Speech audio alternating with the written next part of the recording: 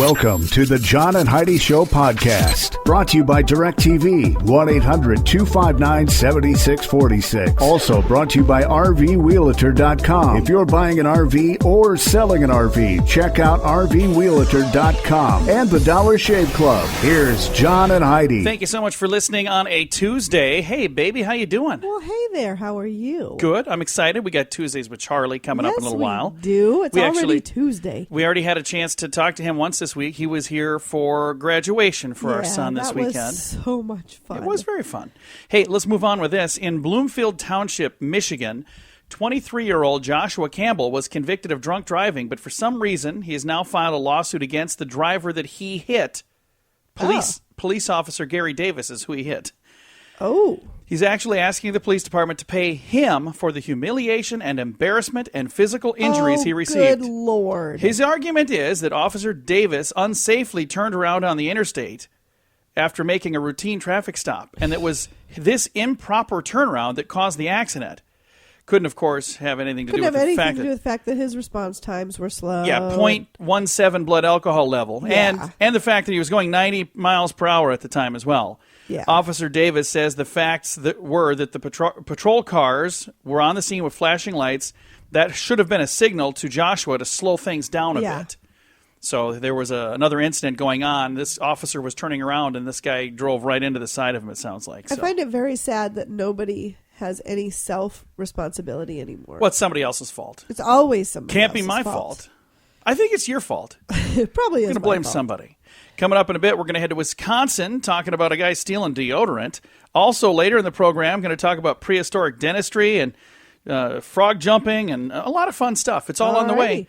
It's the John and Heidi Show on a Tuesday. This portion of the program is brought to you by RVWheelator.com. If you're selling an RV, check out RVWheelator.com. They only get paid if they help you sell your RV. If you're buying an RV, you can find great deals at RVWheelator.com. Now, back to the John and Heidi Show podcast. Sometimes you just want to smell pretty, Heidi. Okay. A Wisconsin. Do you want to smell pretty, honey? I want to smell pretty, yes. A Wisconsin man was arrested for stealing 19 containers of deodorant. He said he had a good reason for it, too. Had nothing to do with body odor, though. He told the police that the next day was his birthday and he planned on selling deodorant to buy stuff for a party. Well, if that's what you're up to, then... Well, never mind. Yeah. Sorry, my bad. We really shouldn't have stopped you then, should we? That is bizarre. Hey, this is interesting. It says a study from Travel Lodge found that 60% of workers have a lousy night's sleep on Sunday night. We were just talking about this yesterday. We both had a great night's sleep on Sunday night. I had a fantastic. But I think I was so exhausted from the whole graduation thing. But I wonder why people would have a lousy... Is it because they're dreading Mondays, do you think?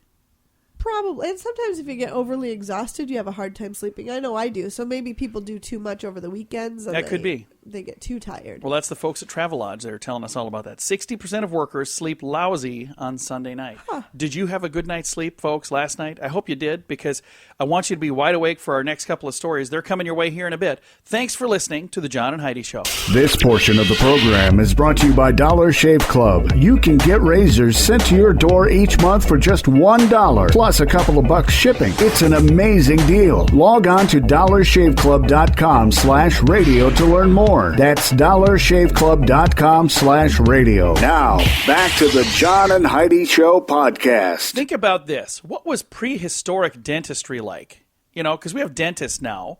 You got an issue with your teeth, you go in, you get it fixed, right? I think they would pound their injured teeth out with a rock. Take a listen to this. With all the modern devices and equipment and painkillers today, going to the dentist is not something that, you know, anybody really looks forward to, but it's certainly not what it used to be. We think of dentistry as a fairly modern medicine, but here's the evidence that it was happening in Asia at least 8,000 years ago. Back then, dentists, likely named Og, is what they came up with. I'm not sure how. Maybe it was on his dental degree. I have no idea. Used a stone-tipped drill to repair teeth. To prevent bacteria after drilling, the prehistoric dentist used plants to fill the cavities. How would they know this? Oh, they're scientists. It's ridiculous. They know everything. I don't know. Ridiculous. They read it in a book somewhere. I'm not sure. So that's what happened back in 8,000 years ago in Asia. And that still happens today in some parts of our country. This is why I'm afraid of the dentist. Stone-tip drill and some box of weeds. We are good to go. All right. We were in Vegas one time, and I snapped a picture. I remember this. I snapped a picture of a van. It was a rusty old van parked up by the highway, and they had some big stickers stuck on the side of it that said, "Discount Dentistry, 50 to 80% off," with a little phone number on there. I thought, how many people in their right mind would call somebody based on that advertisement? I wanted to call. I took a photo of it. I wanted to call the number just to see what kind of response I would get on the other end. I didn't do that, of course, because I'm afraid they would have talked me into some sort of discount dentistry. Some sort of a treatment. I am a sucker all the way through, but I just thought that was the funniest thing. Thank you so much for listening on a Tuesday. We do have Tuesdays with Charlie coming your way here in a while. We've got the scoop of the day coming up in a bit, and so much more. We appreciate you listening to the John and Heidi Show. This is John Stossel. Anything that makes it harder for you to speak limits your life. So if you or someone you know stutters, you can call the Stuttering Foundation for help. 800-992-9392. You're listening to the John and Heidi Show podcast. Do you remember maybe a week ago, 2 weeks ago, we were talking about the frog jumping event that was coming up? And vaguely. We talked. I remember we talked about this. Well, frog jumping is canceled this year in a New Hampshire town. You know why? Why? Rye, New Hampshire will have one last activity at their 4th of July celebration. Town officials voted 2-1 to cancel this year's frog jumping contest because they think it may be cruel to frogs. Here's the thing. The contest is based on the 1865 Mark Twain short story, The Celebrated Jumping Frog of Calaveras County. It's been a town tradition since 1975. One of the people against the competition is Jane Holloway. She says, "This may go back to Mark Twain, but so did cockfighting. We teach children not to step on caterpillars, not to touch birds' nests. This is no different." So I don't know what they do to get the frogs to jump. I've never been to a frog jumping event, to one either. so I really can't comment if it's cruel to them or not. But if they're just letting frogs jump, what's wrong with letting a frog jump? But maybe they do something to the frogs to get them to jump. I have no clue. I like frogs. I mean, unless it's something like shoving firecrackers up their butt, Oh, I really come don't on. see a problem with it. Just No. let them do their event. I hope they're not doing that. That would be definitely cruelty That's what to I'm animals. saying, but I don't think that's what they're doing. I don't think so either. And I don't even like the image you just put in my mind there. Is there a rewind button? Can I just make that go away? We need one of those. Come on, scientists. Work on that. All right. Thank you for listening. Your scoop of the day is on the way on the John and Heidi Show. This portion of the program is brought to you by Dollar Shave Club. You can get razors sent to your door each month for just $1 plus a couple of bucks shipping. It's an amazing deal. Log on to dollarshaveclub.com/radio to learn more. That's dollarshaveclub.com/radio. Now, back to the John and Heidi Show podcast. Time now for the scoop of the day, brought to you by Dollar Shave Club. Check them out at dollarshaveclub.com/radio and get your razors delivered right to your door for $3 a month. It's $1 a month for the razors and then $2 for delivery, so it's a darn good deal. Now, your scoop of the day.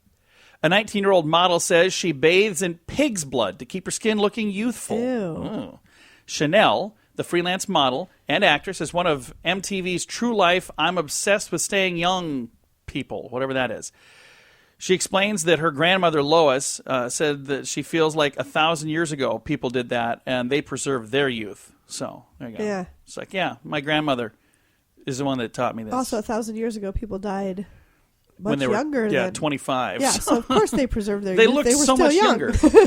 A Japanese woman faces attempted murder charges after she had allegedly cut her husband's face with a kitchen knife. Ew. Tokyo police say the attack happened because of the intolerably bad smell that the victim left in the bathroom of their home. Oh, well. So she came out with a kitchen knife and Seems a bit extreme, but hacked him in the face. Yeah. Heidi's always telling me, turn on the fan. You never came at with Use me the with a knife, spray. though. You come at with me a knife, I might start listening to you. From England comes some news that medics in London rushed to help a collapsed woman who turned out to be a pigeon. what? The confusion happened when a person called emergency services and said that a bird collapsed Turns out that the British sometimes refer to women as birds. I see. I was thinking that must have been one huge bird if they confused it with a woman. But so if somebody would have called and said, "Hey, a chick collapsed," I see. like it was a chicken, Yeah, because I here see. Yeah. I've never heard anyone here refer to a woman as a bird. I've heard them referred to as a chick, or a babe, or a fox. These are all things I call you. Hey, sweetie, foxy, chickie, honey, bird. Wow. I'm gonna just start calling you bird from now on. Think flying is getting worse? A couple of university researchers who track the airline business say it is. According to government data, the ABC News report says that more flights are late, more bags are getting lost, customers are lodging more complaints about U.S. airlines. Researchers found that the percentage of flights that arrive on time fell to just 76.2% last year. Used to be up to a whopping 78.4% in 2013. The rate of lost and stolen and delayed bags have rose 13% in the last year. The rate of passengers getting bumped from flights rose 3%, and consumer complaints to the government jumped 22% in 2014. I have never been so upset with a flight that I would reach out to the government. Me either. I've gone to the counter before and said, "Hey, can you help me find my bag? I don't know where that thing went." Remember when we were coming back from our wedding? Yes, they lost my wedding dress. Your wedding dress. But they got it back to me. Your wedding dress just got an extended vacation, that's all. But I've never called the government. No, I wouldn't. Why is it their job? Exactly. All right. According to a recent study by the phone security company Lookout, nearly 70% of Americans would be willing to put themselves in actual physical danger just to relieve a lost or stolen phone. Yeah.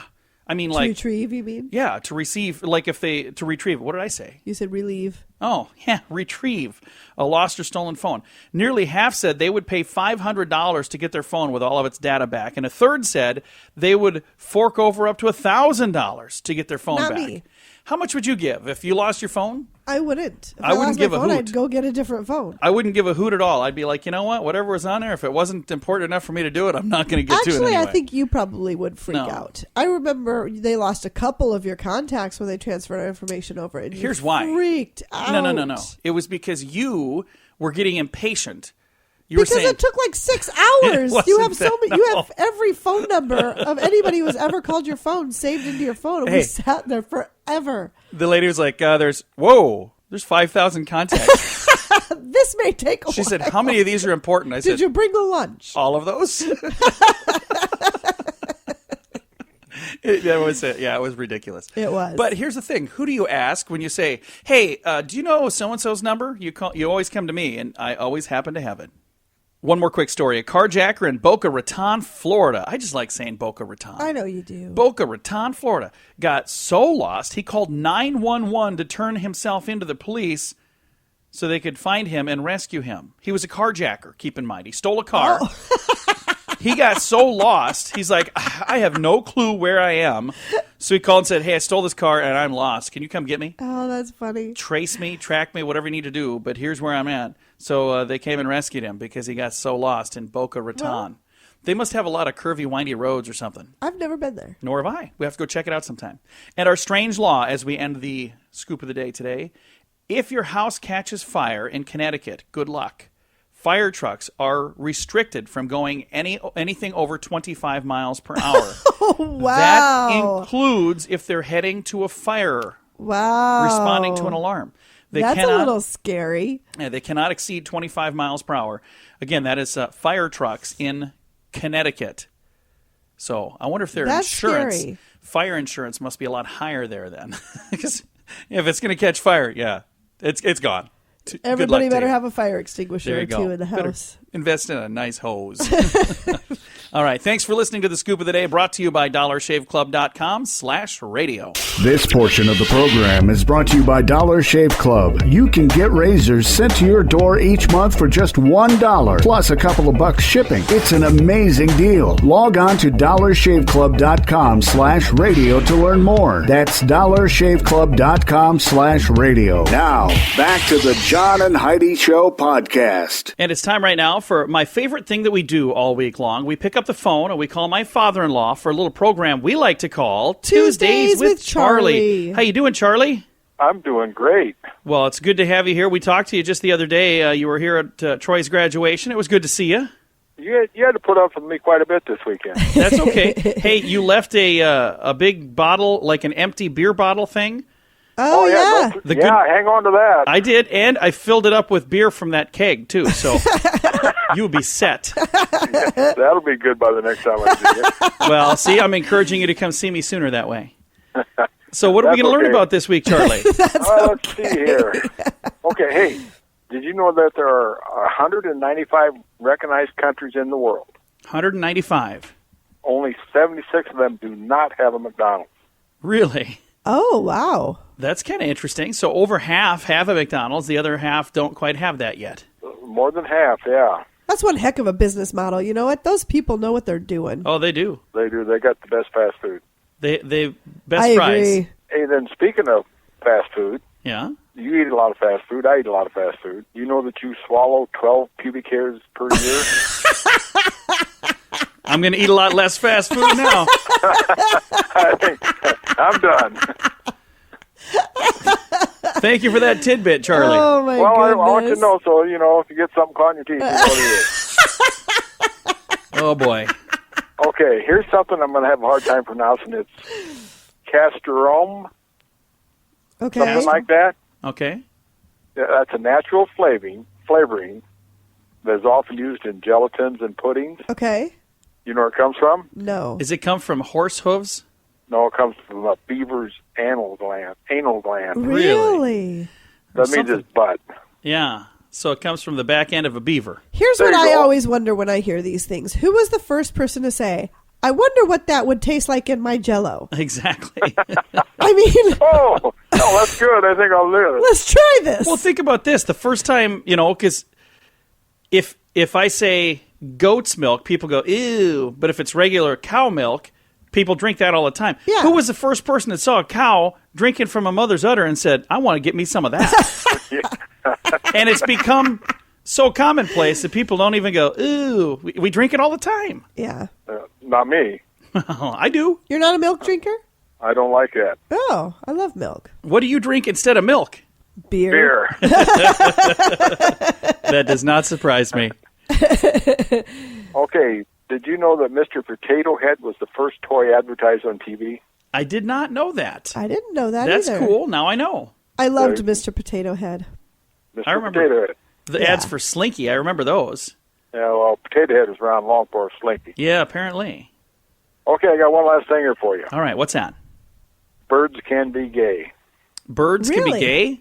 Yeah, How do you know? and not ha-ha gay either. Okay. Not funny gay. Gay.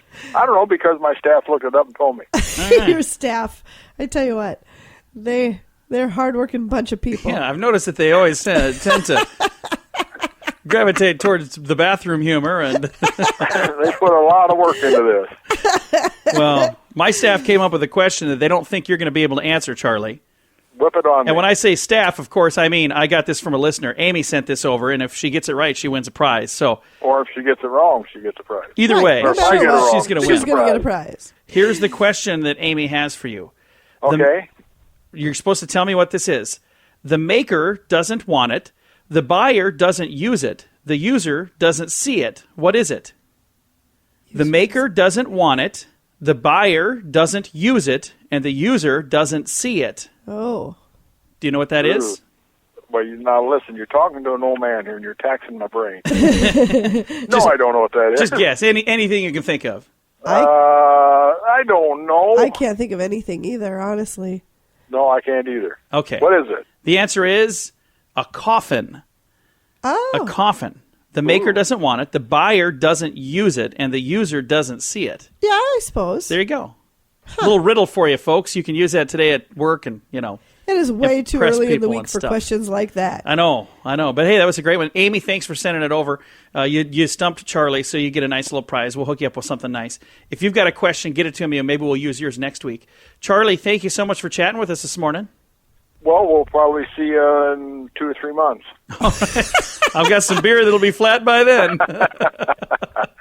All right, we'll talk to you later. Okay. Bye, Flop. Bye, Bye, John. Dad. Bye-bye. My father-in-law right there. We talk to him every Tuesday just because we can with a little program we like to call Tuesdays with Charlie. Hi, it's Jewel and Kelly Pickler. Lung cancer is the #1 cancer killer of women. So we've joined the American Lung Association's Lung Force because it's going to take a force of women to create new hope. Please join us. Fight lung cancer in women at lungforce.org. You're listening to the John and Heidi Show podcast. Today is a very special day, Heidi. You know what today is? What is today, John? Today is Tuesday, the 19th day of May. It is National Devil Foods Cake Day. Oh, I love Devil's Food I do, Cake, too. and I love Devil's Food Cookies. Here's Can you the thing. celebrate Devil's Food Cake Day with Devil's Food Cookies? You can. You can celebrate however you want. I wish they were called something else, though. Because I'm eating devil's food cake. I'm like, why wouldn't they call it something else? It's Devil's Food because it's sinful. Oh, but they're good. And I'm like, I don't want to like something that's called devil's food. Today is also Boys Club Day. It's Mary Ray Day. Don't know what that means. I don't know what that It's is. National Hepatitis Testing Day. Ooh. Something to do after you have the devil's food, apparently. National Museum Day. National Asian and Pacific Islander Day. HIV/AIDS Awareness Day. And Jeez. World Autoimmune Arthritis Day. There you go. So we got a lot of stuff going on today. Yeah. I'm going to celebrate the cake one. I prefer the cake as None well. of that other stuff sounds all that fun, really. Museum Day wouldn't be so bad, but the hepatitis thing, I'm going to steer clear of that. Hey, climbing through your true love's bedroom is only romantic in the movies. 18-year-old Jesse LaBroy of Sycamore Township, Ohio, climbed through a window of his girlfriend's bedroom. Bad news, girl wasn't there. Worse news, guess who was? Dad. Her dad. Yeah. The girl's father heard the noise coming from the bedroom of his daughter. He went in to check it out. He found Jesse and delivered a little smackdown. For his troubles, Jesse got 2 black eyes along with burglary and assault charges. Yeah, well, you don't do that. First of all, if you So are going romantic. to do that, you have to do that to a person who owns their home and that knows you.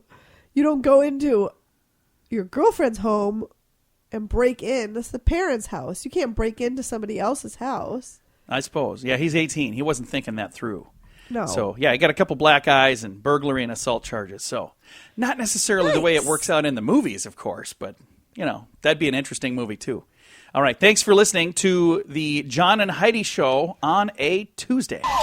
This portion of the program is brought to you by RVRealtor.com. If you're selling an RV, check out RVRealtor.com. They only get paid if they help you sell your RV. If you're buying an RV, you can find great deals at RVRealtor.com. Now, back to the John and Heidi Show podcast. The National Police in Italy have reportedly created a digital image of what they believe Jesus Christ looked like as a young child. I actually saw this online the other day. According to Yahoo News, detectives used the Shroud of Turin. Have you seen this before? Yes, I have seen that. They use that. It's a famous relic believed by some to be the burial cloth of Jesus. Now, I've seen reports that proved that's true, and I've seen other reports that prove that that's not true. So, either way. But they used that to generate a photo of Jesus' face. Police then put the generated image through a computer forensic reversing aging process to see what Jesus may have looked like as a young boy, according to The Independent. The thing that I saw was on television, and the reporter said, I don't know if that's accurate, the way you guys are doing that. So tell you what, take my face, show me what I look like as a child. Oh. And they reverse aged him, and he held a photo up next to it, and it was really close. Very cool. close. That's So I cool. thought, that's kind of cool. That is He was cool. being skeptical, and I think he actually helped me go, well, you know what, if that's really the image from the Shroud of Turin, if that's really the image, well, then this maybe is what he looked like. Right. It's not that I ever woke up and said, I wonder what Jesus looked like as a boy. I've never wondered. But I've now never wondered. they answered But the now I question kinda that we've do. all, well, go online. Now they brought it up. There you go. Check it out. Because that's the time of his life that we never really saw, not that we didn't see him or we saw him any other time. Right. But, it's like Christmas when he was born, and then you don't really hear Right. much till he's in his 30s. So, kind of interesting. Wonder what Moving kind on. of a teenager he was. I bet he was pretty cool. You think he was naughty? No. He led a sinless life, so no, not at all. He would not have gotten along with you, I can tell you that. He would be praying for you like I do every day. All right, thank you so much for listening. It's the John and Heidi Show, and we're glad you're here on a Tuesday. This portion of the program is brought to you by Dollar Shave Club. You can get razors sent to your door each month for just $1, plus a couple of bucks shipping. It's an amazing deal. Log on to dollarshaveclub.com/radio to learn more. That's dollarshaveclub.com/radio. Now, back to the John and Heidi Show podcast. Eating milk chocolate can what, Heidi? You think this is good news or bad news? Eating lower milk, your blood pressure. Eating milk chocolate. Just you tell me, you think this is good news or bad news, what I'm going to say.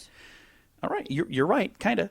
Eating milk chocolate can improve your brain activity. Ooh. Yeah. Scientists now say you should eat some milk chocolate before your next exam or big work project. So there you go. That explains why I do so well on everything that I do, because I'm pretty much certainly. always eating chocolate. If there was a gauge on Heidi's, it went from E to F, empty to full. It would be almost full all the time on milk chocolate. As a matter of fact, I think her blood type used to be one blood type. Now it's actually milk chocolate. That's her blood type. It's not just milk chocolate. I like dark chocolate as well. I mix it up once in a while. I've got a story coming up that's going to most likely rile Heidi up. So for those of you who don't like Heidi riled up, just beware. For those of you who do like Heidi riled up, call your friends. On the way. Yeah, this is going to rile you up. I know it is. Thank you, though, for joining us on a Tuesday. This is John Stossel. Anything that makes it harder for you to speak limits your life. So if you or someone you know stutters, you can call the Stuttering Foundation for help. 800-992-9392. You're listening to the John and Heidi Show podcast. All right. Warning. Heidi is going to most likely flip her lid right now. Okay, what is it? And it's weird because it's in a state that I would never have guessed this would happen in. Texas. Oh. A Texas homeowners association says a nearly new Ford truck is not good enough to be left out in a driveway overnight. Owner Jim Greenwood has gotten 3 notices now telling him to get the truck out of the driveway, or you're going to get a $50 per event fine. So it'll be $50 per day. The Homeowners Association of Stonebriar Village in Frisco, Texas, does, however, allow more prestigious brands like Lincoln's to be parked in driveways. Oh. Greenwood claims a board member told him Lincoln markets to a different class of people. Greenwood said, I paid $30,000 for my Ford. It's not good enough? It's almost brand new. It's like a year old. So he's got an almost new $30,000 Ford pickup, and he can't park it in his own driveway. I would fight that. I would take that to court. I would fight that to Here's what end. I am positive. I've been married to this woman long enough to know. Here's what she would really do. She would trade that Ford in for like 7 really old Fords, and she'd park them all over the yard. And I'd take the tires off, and I'd put the cars up on blocks. I know you would. I just say. Yeah. So that would not go over well with me at all. Where we live, we don't have a homeowners association. There's an ordinance. But it's not like that. You have to have, there's certain things, but it's not anything like this. They don't tell you what you can park in your driveway. And that's probably a good thing, because usually our vehicles would probably not pass. And I usually have so much stuff in my garage that I can't fit them in there. So you can't close the door most of the time.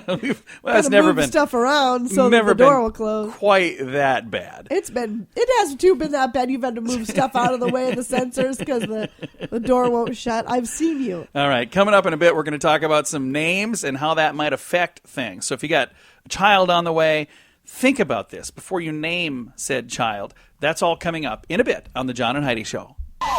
This portion of the program is brought to you by RVRealtor.com. If you're selling an RV, check out RVRealtor.com. They only get paid if they help you sell your RV. If you're buying an RV, you can find great deals at RVRealtor.com. Now, back to the John and Heidi Show podcast. Do you think names have anything to do with how you turn out? Well, I think it could if it's a If it's a real unique name, does that make it tougher for you growing up? No, I think it makes it tougher for you growing up if it's a bad name. Like if it's something that has a negative connotation? Right. All right, we're going to talk about that. What's in a name? Studies have shown that a person's name can alter how they feel about themselves. It can have both positive and negative effects. So a name can be a very important factor in one's life. Next time you think you hate your name, well, just take a look at a list of real names from oddee.com. It's ODDEE.com. I got a list of my favorites. John Portsmouth Football Club Westwood. That's a guy's name. Okay. Yeah, football club right in the middle there for no reason. How about Thursday, October Christian? That's a person's name. Oh. Yahoo Serious. Now, I believe he was I an knew actor. he was an actor. Yeah. I remember him. World Be Free is a person's name. Oh. Somebody, I believe they got paid for this, named their child goldenpalace.com. Another person's name, real name is 10 million. So their name is 10 million. I don't understand why anybody would do this, but somebody with the last name Marak, M-A-R-A-K, they named their child Adolf Lou Hitler Marak. Yeah, that'd be a tough name to grow up with. Oh. This next one, I'm going to do my best to try to read this to you. It's something along the lines of this. Leon Sextus Denis Oswald Fraudolidius Tamalachi, two in a row there, de Ortelnaga Planet Genet Oh my goodness. Talamachi. They got two more of those. That's their name. You can read that. How could you not be messed up? Don't know. Can you Your imagine driver's being in license kindergarten would trying to require. write that? They probably just go by LSSD. Oh, I wonder if that does stand for something. LSD. That's not maybe That's not not good. That's what it starts with. OFTT OD. Yeah, I don't think that's PTT. probably. I don't know. Well, here's another one. Byron Low Tax Looper is a real name. There's another one here that I believe this must be a Roman numeral. It's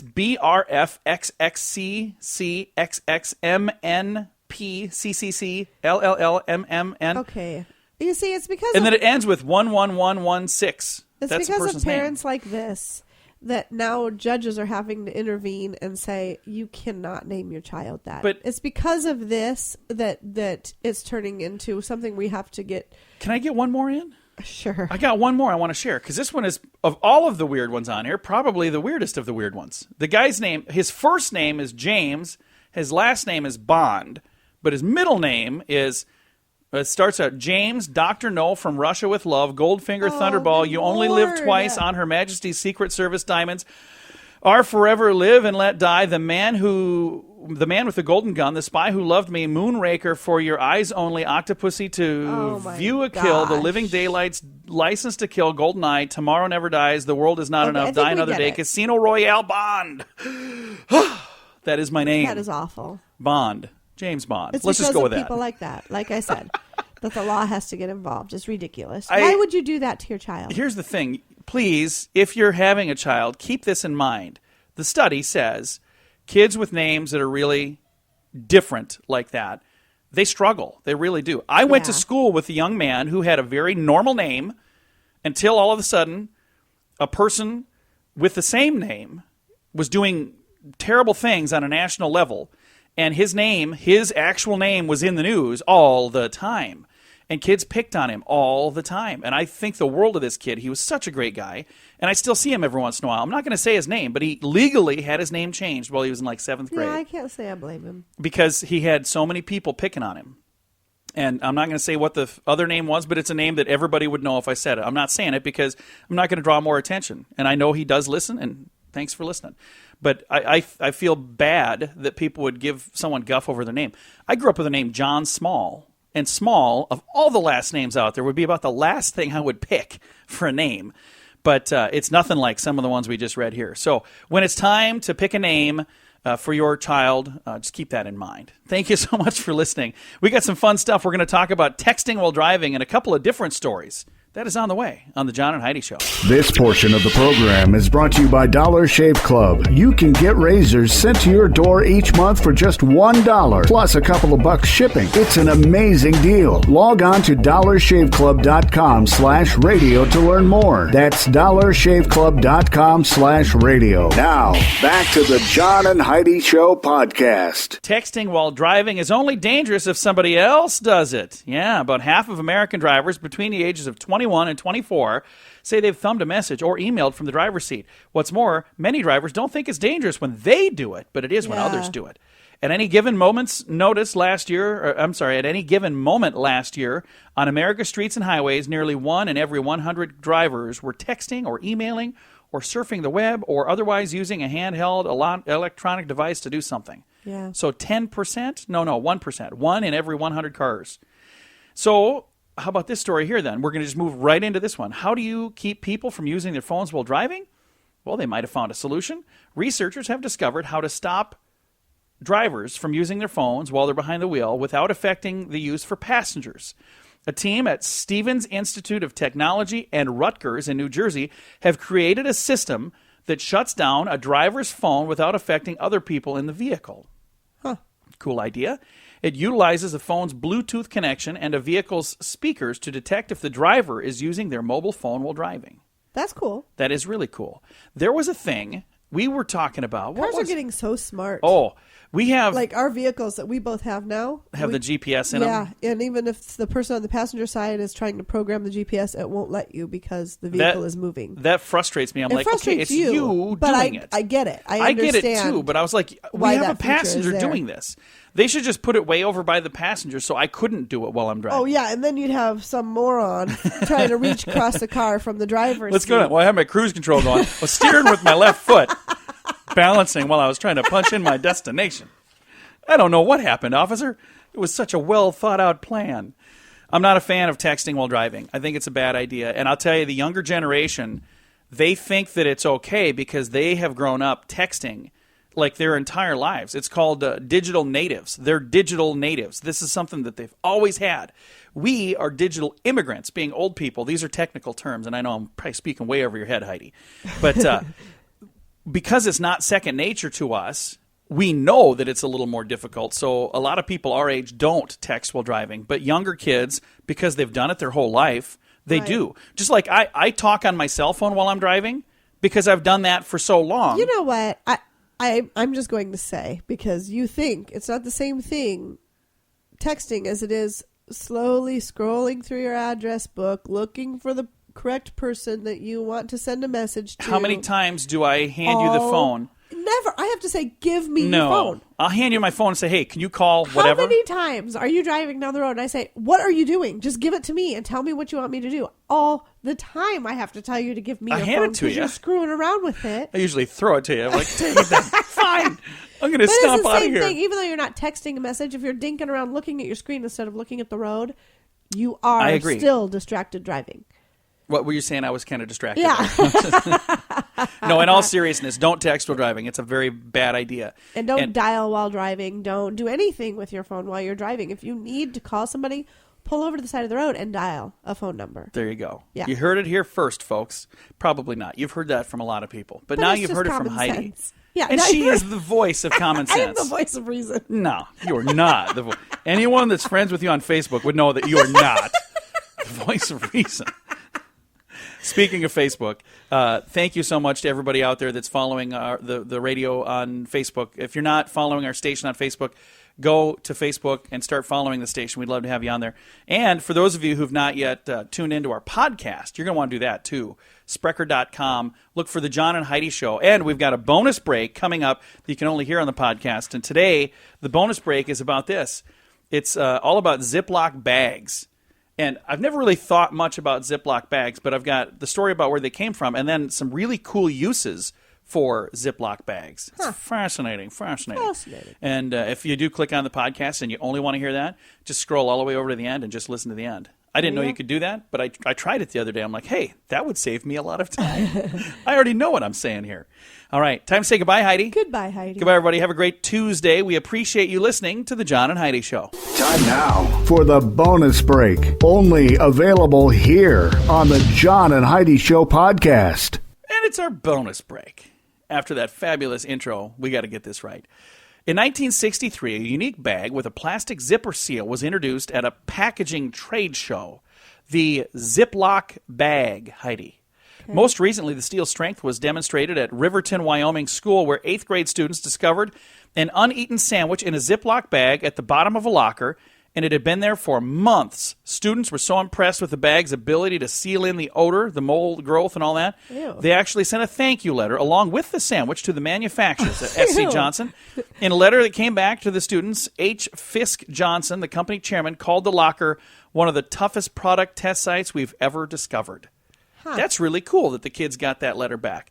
Now, I have for you, after some thorough research, some alternative uses for Ziploc bags. What do you usually use them for? Sandwiches. Throw leftovers in there, right? Yeah. Make a sandwich, throw it in there. How about this? If you're kneading bread dough, Place the dough in the Ziploc bag so your fingers don't get sticky, or slip your hands into a bag and wear them like gloves to do the dough. Oh, that's a good idea. Works really good. Store pantyhose. Nude, tan, nearly naked. They all look the same out of the package. Tear off a corner of the package listing the size and the color, slip it into a bag, and stuff them into that bag. That's a good idea. Remove chewing gum or candle wax from a tablecloth, a couch, or carpeting. Gently rub gum or wax with a Ziploc bag filled with ice cubes until it hardens. It'll freeze everything. Once the substance hardens, shatter the gum with a blunt object. Then the vacuum will pick up the chips. Oh. Carefully peel off the frozen wax with a plastic spatula. Really? How about pipe frosting? Pipe frosting? What the heck is pipe frosting? I think that means like to do the piping on a cake. Pipe frosting. Would that be like the little thing around the edge? I don't know. Pipe frosting. Snip off a tiny corner to use a Ziploc as a pastry bag. So that must be I have like done the that piping. before. I have done that. Store homemade soup. Fill up bags and lay them flat in the freezer. When the bags of soup freeze, you'll be able to pile them up and stack them like books for easy space-saving storage. Never done that, but that's a cool idea. Precious cargo. Bubble wrap? No. Slip a straw into the top of a nearly closed Ziploc bag. That is a good idea. Blow it up and then pull the straw out and seal it. Heirlooms, however, should wait for that bubble wrap. So I am actually embarrassed that I've never thought about that Yeah, before. so you just blow it up like a balloon and That is a fantastic idea. break up graham crackers or vanilla wafers to make pie crust. Fill a bag with the cookies and then roll a rolling pin over them, and you've got a bag full of pie crust crumbles. Prevent a handbag from turning into a snow globe. Store pressed powder and other compacts in a Ziploc bag. So like in your purse, anything that could break open and make a big mess, put it in a Ziploc bag. Okay. Gather herbs from the garden before winter. Frost sets in. Wash them, pat them dry, and freeze them in herbs in a Ziploc bag. And finally, ice and energy. Fill a bag with cubes and use it as a cold compress. I got bored about halfway through that. I'm sorry. That was too much. I've got other stuff I was going to share too, but after all of that, I don't think I'm going to. Because this bonus break, that was already too much. Did you learn anything, though? Was it good? I did. Do you feel love the bubble wrap idea. There you go. So that blow is up. fantastic. So I can honestly say Heidi learned something. And if Heidi learned something, I hope you did too. Because this has been your world-famous bonus break on the John and Heidi Show.